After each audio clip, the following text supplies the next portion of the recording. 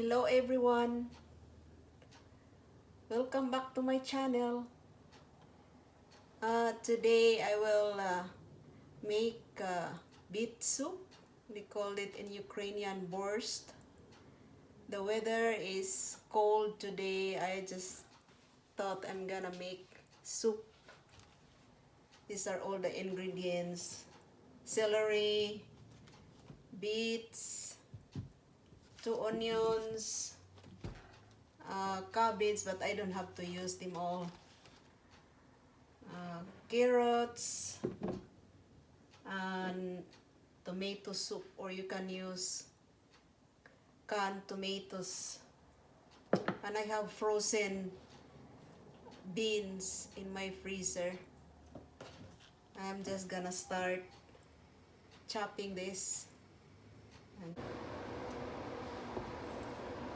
I have here some of the vegetables are ready to chop, and I will put about 6 cups of water. This is 4. I will add 2 more.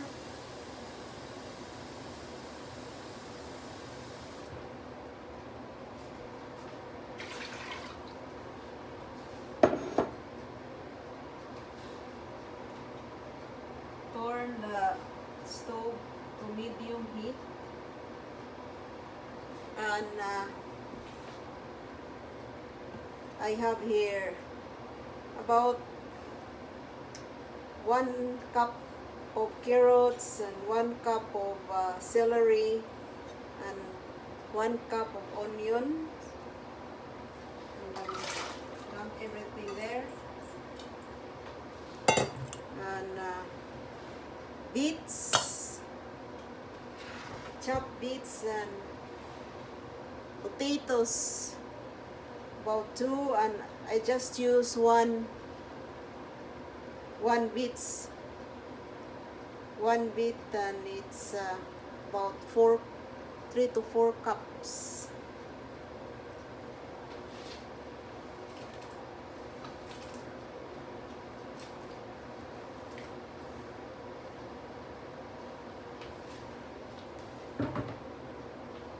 And let it simmer for about an hour. I will add about 1 teaspoon salt,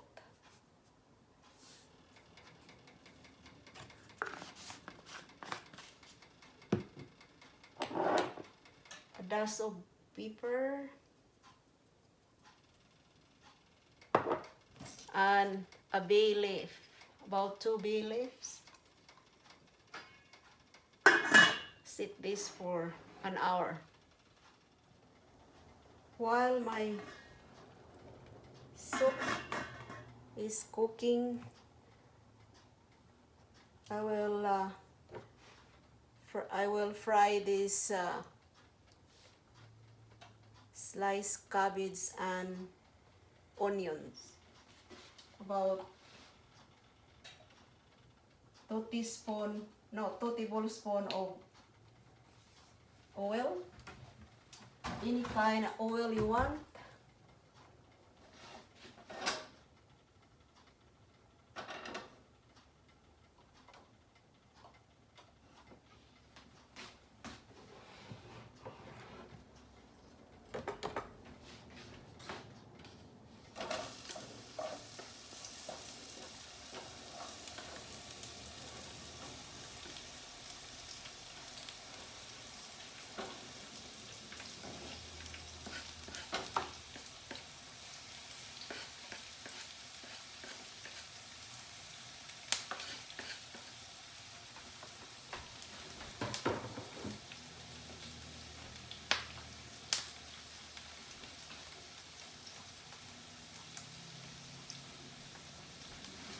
I just put more cabbage. I like lots of cabbage in my beet soup.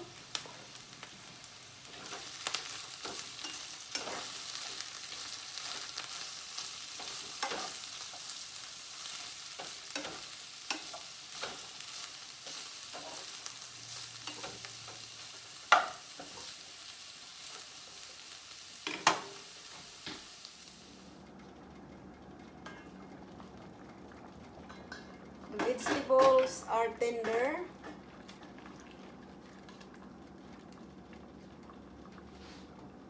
Add fried cabbage and onions into it.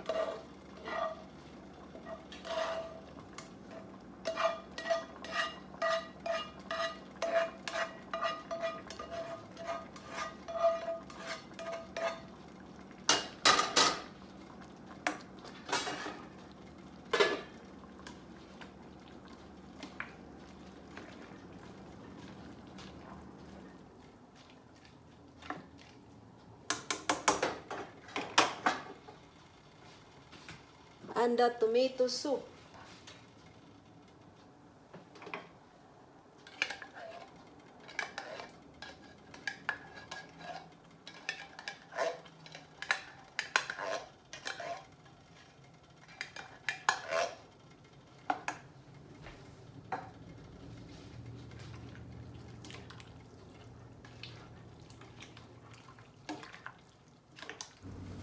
This is a very thick soup. That's the way I like it. But if you want more water, you can add it if you'd like. But I like this way. I like thick soup.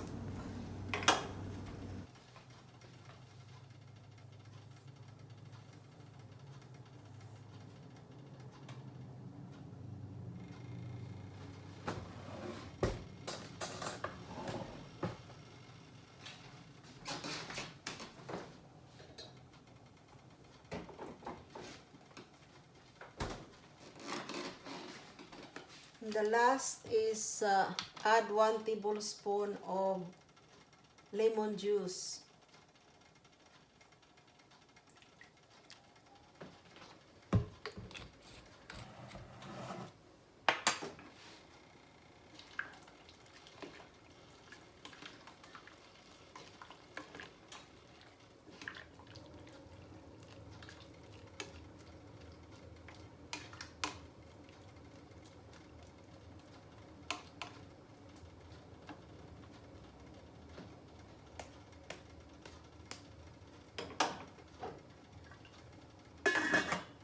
Cover it for about 5 minutes more.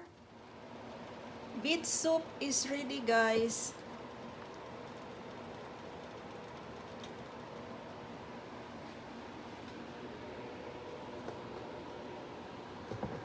It is gonna be very good for this kind of weather. It's very windy out there and cold.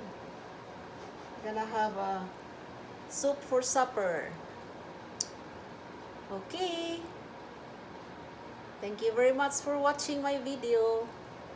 Please don't forget to subscribe and share and comments. Bye-bye.